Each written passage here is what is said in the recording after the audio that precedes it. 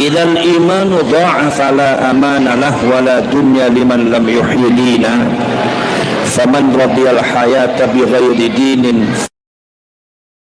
fit tauhid lil himam ittihadu wa lam tabnul ula mutafarriqina. Ini petikan syair daripada seorang sastrawan adalah Ahmad Syalqi dari Mesir. Walang tabnul ula mutafarriqina. Kita tidak akan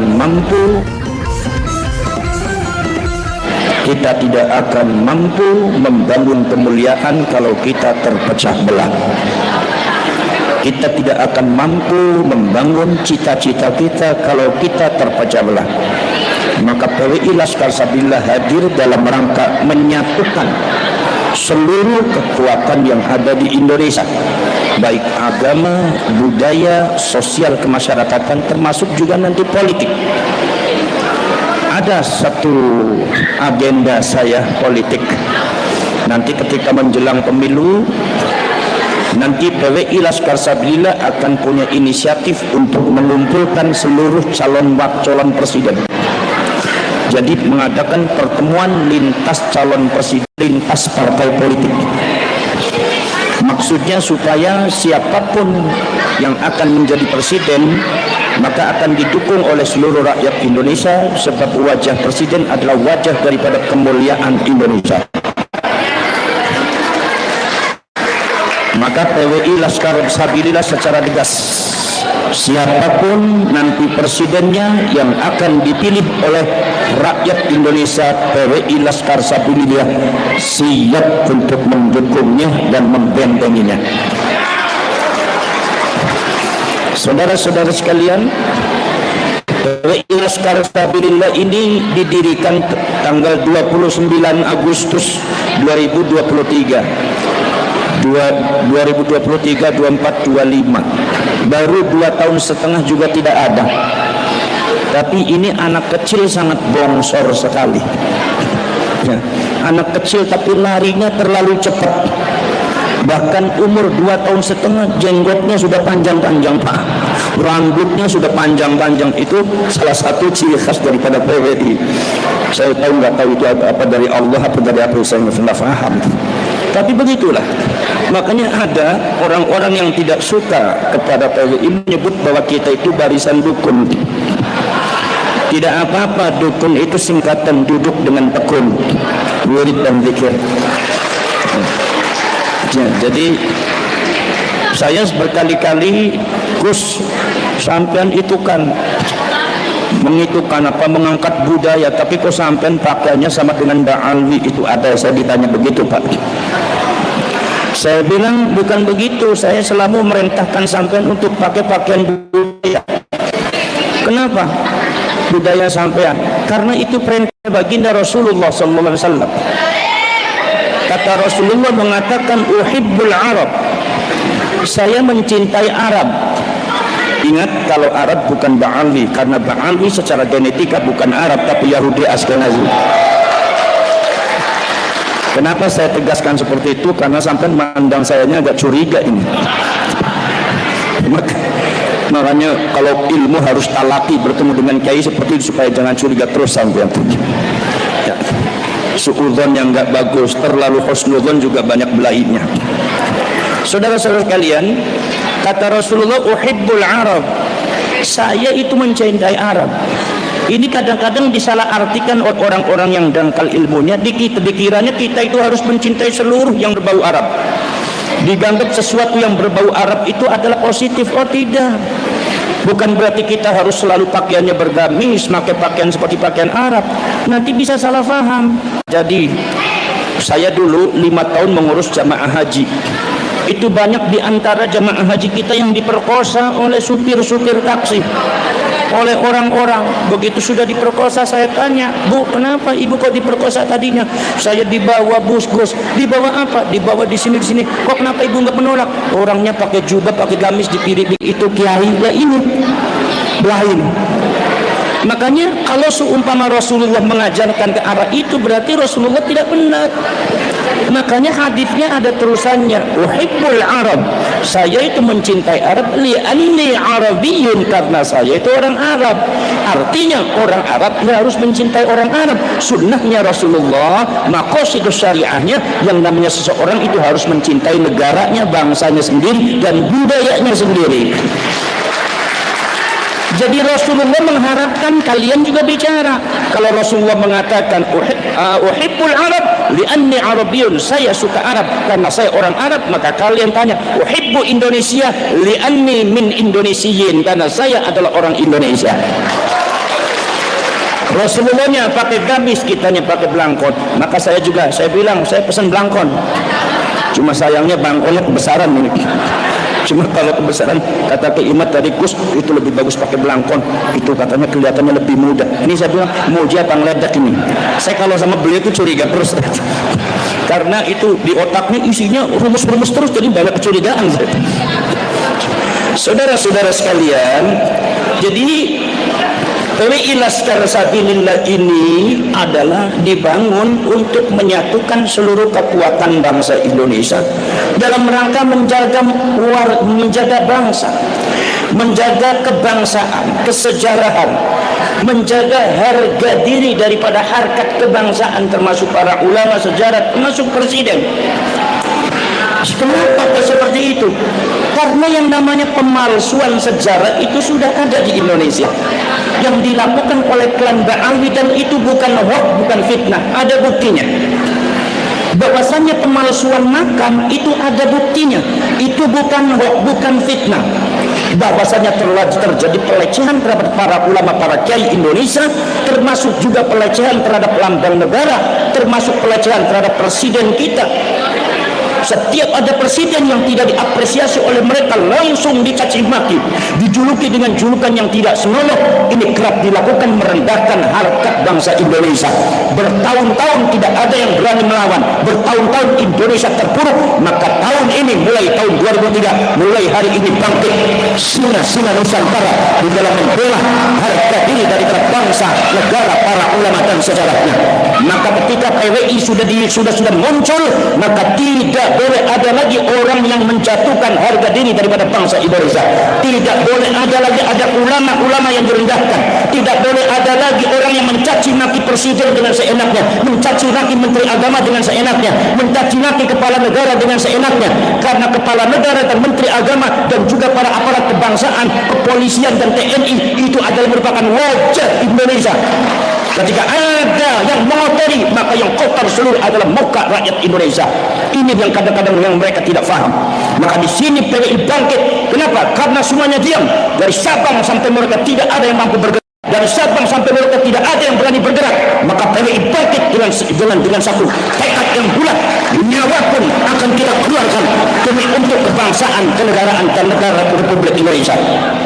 Jadi mohon maaf Pak, kalau PWI itu kalau seumpama demi bangsa dan negara, nyawa pun akan kita berikan. Dan itu bukan kaleng-kaleng. Yang penting Indonesia aman.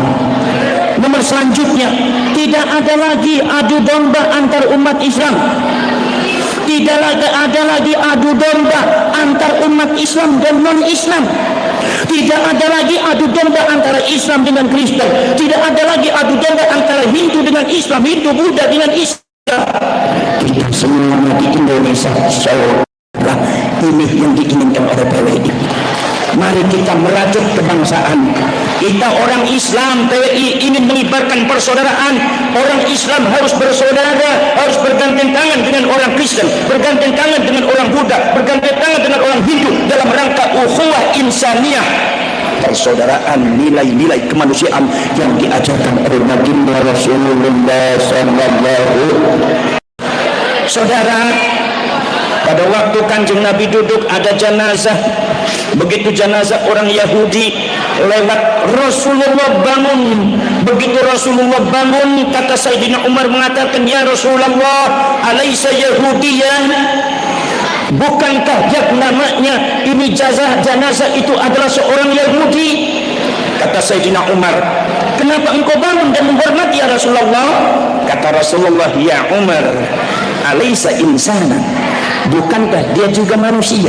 Jadi penghormatan kepada seseorang bukan sekedar hanya dilihat dari status agamanya, tapi prinsip kemanusiaan itu adalah lebih mendasar, diajarkan oleh Nabi kita Muhammad SAW. Jadi tidak ada dalilnya adu domba antara umat Islam dengan Kristen, tidak ada dalilnya adu domba antara umat Islam dengan Hindu, Buddha dengan Hindu, Hindu dengan Buddha, Buddha dengan Islam, Islam dengan Kristen. Fanatisme keagamaan apabila tidak didasari dengan prinsip kemanusiaan, maka akan menghancurkan kehidupan itu sendiri. Padahal Islam ini memelihara kehidupan. Kemudian saudara, ini juga semua perwakilan, ada semua. Ini perwakilan daripada pengurus-pengurus wilayah, termasuk juga perwakilan daripada pengurus-pengurus daerah. Ini dihitung semuanya, ini masih belum kehitung semua, Pak. Sebab selalu terus menerus, bahkan kita sekarang sedang menggarap, nanti ada di Bali. Di Bali sudah ada pengurusnya dan sudah ada daripada perwakilan daripada Bali.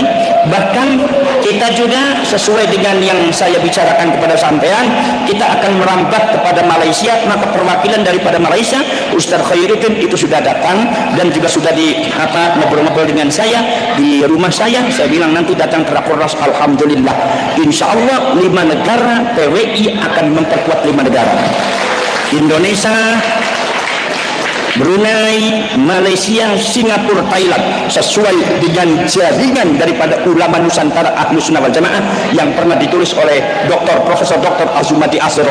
Itu akan kita rajut kembali sesuai dengan sejarah, supaya di 5 negara ini jangan ada orang yang berani memalsukan nasab dan perjalanannya. Setuju? Setuju nggak?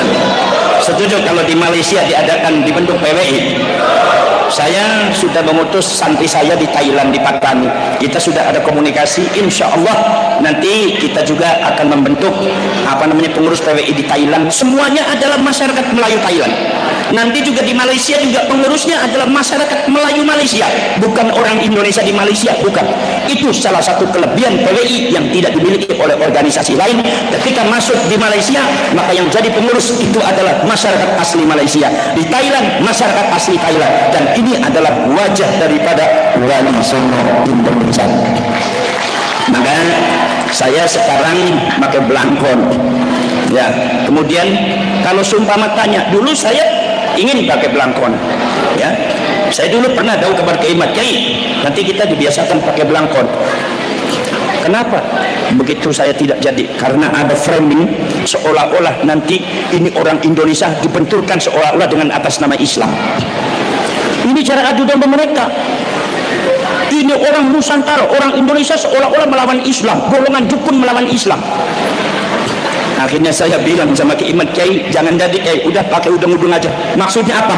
Supaya apa? Supaya kalau memang Islam menurut mereka harus pakai udeng-udeng, ya saya pakai udeng-udeng. Tapi kalian pakailah belangkon, saya bilang. Kalau udeng-udeng hanya untuk menyelamatkan, supaya aja jangan di framing aja. Tapi kalau di acara-acara semacam ini, saya kembali ke laptop, kembali ke band saya, yaitu adalah pakai belangkon. Saudara sekalian, nomor selanjutnya insya Allah kita akan membentuk Majma'ul Fuqaha Jawa. Majma' Fuqaha Jawa, yaitu kenapa? Saya ngobrol-ngobrol dengan Ki Imat. Kenapa? Karena kerap kumpulan ulama yang ada kadang-kadang tidak berani memberikan solusi hukum kepada rakyatnya. Ketika ada doktrin-doktrin yang sesat yang dilakukan oleh Ba'ali, baik dari MUI-nya ataupun dari orang dari organisasi Muhammadiyah, dari Nahdlatul Ulama, tidak ada satupun yang berani untuk tegas membahasnya. Maka kita harus mengumpulkan ulama-ulama yang ahli fikih dari Sabang sampai Merauke. Ketika ada satu madhab-madhab dan doktrin yang menyimpang daripada Ahlus Sunnah wal Jamaah, menyimpang daripada ajaran-ajaran leluhur, menyimpang daripada ajaran-ajaran nasionalisme Indonesia NKRI, membahayakan negara dan bangsa, membahayakan agama dan rakyat, maka Majma' Fuqaha Jawa ini akan langsung berfatwa, memberikan petunjuk kepada kalian. Kalian harus bersikap seperti ini ketika menghadapi seperti ini, sehingga masyarakat tidak dibuat ambigu, tegas. InsyaAllah nanti Majma' Fuqaha Jawa dipimpin oleh Kiai Imaduddin Al-Kantani. Setuju apa tidak? Setuju apa tidak? Jadi nanti itu akan dijadikan banom. Banom ya Kiai. Banom. Kemudian nanti juga ada forum simpatisan PWI. Isinya adalah lintas agama. Jadi nanti semua dari Chinese, Tiongkok, dari orang-orang yang agamanya Nasrani, agamanya Katolik, agamanya Hindu, Buddha, yang mau berjuang untuk bangsa dan kebinekaan, maka masuk di dalam Banom PWI Laskar Sabilillah yang disebut dengan Forum Simpatisan PWI Laskar Sabilillah. Jadi kita kekuatannya bukan sekedar kita warga NU, tetapi seluruh umat Islam, bahkan dari orang non-Islam asal warga Indonesia yang mau mendukung NKRI, mendukung NKRI, Pancasila, Bhinneka Tunggal Ika, membawa leluhur, membentengi sejarah, kemudian juga membentengi warganya daripada rongrongan faham-faham kenegaraan yang melenceng dari NKRI, kemudian dari pemahaman-pemahaman yang melenceng daripada Ahlus Sunnah wal Jamaah. Siapa yang setuju ke arah itu, maka kita akan bersatu dalam satu barisan. Itu adalah PWI Laskar Sabilillah. Saudara, lambangnya Panjenengan itu lambang gunung. Itu bukan lambang sembarangan itu. Kata orang ada yang mengatakan, Gus, itu lambang Laskar Sabilillah. Kalau ditempel di punggung, ini di sini, di lengan, itu kayak lambangnya Michael Jackson, kata dia. Nggak apa-apa, yang penting jadi superstar nanti. Maka itulah saudara sekalian, maka nanti di dalam masalah rapat koordinasi ini, mari kita bicarakan tentang masalah ADART, yaitu adalah bukan untuk merubah ADART, karena ADART itu dirubah atau tidaknya itu apalah di dalam kongres atau di dalam kesepakatan. Ini sudah baku, nanti dibicarakan. Kenapa? Banyak beberapa simpang siur tentang masalah peraturan perkumpulan yang Panjenengan semua belum tahu, dan itu masih kita maklumi. Ya. Kemudian nomor selanjutnya, kita ini memegang amanat yang sangat besar. Kira-kira 3 bulan kemarin ada salah satu lembaga penghitungan cepat semacam quick count datang kepada saya dari Jogja, tapi mereka punya kantor juga di Jakarta. Mereka kaget mau ketemu sama saya. Gus, ini hasil apa? Saya bilang, perhitungan cepat siapa yang merasa dirinya PWI LS Laskar Sabilillah atau simpatisan. Klik, cuma bisa satu, cuma bisa sekali. Ternyata 3,5 bulan, tidak sampai 4 bulan, yang ngeklik itu adalah 23 juta. Luar biasa atau tidak? Luar biasa atau tidak? Luar biasa atau tidak? Makanya Panjenengan hatinya yang adem ketika berbicara, karena Panjenengan membawa amanat seluruh bangsa ini. Orang masyarakat Indonesia banyak mengharapkan Panjenengan, maka Panjenengan buatlah organisasi ini sebaik mungkin, seadem mungkin. Kita sama-sama bersatu, jangan sampai kita sendiri tidak bersatu. Nanti kalau kita tidak bersatu, bagaimana kita bisa menyatukan orang? Insya Allah nanti semuanya akan dibicarakan, mudah-mudahan ada manfaatnya. Itu saja dari saya. Wassalamualaikum warahmatullahi wabarakatuh.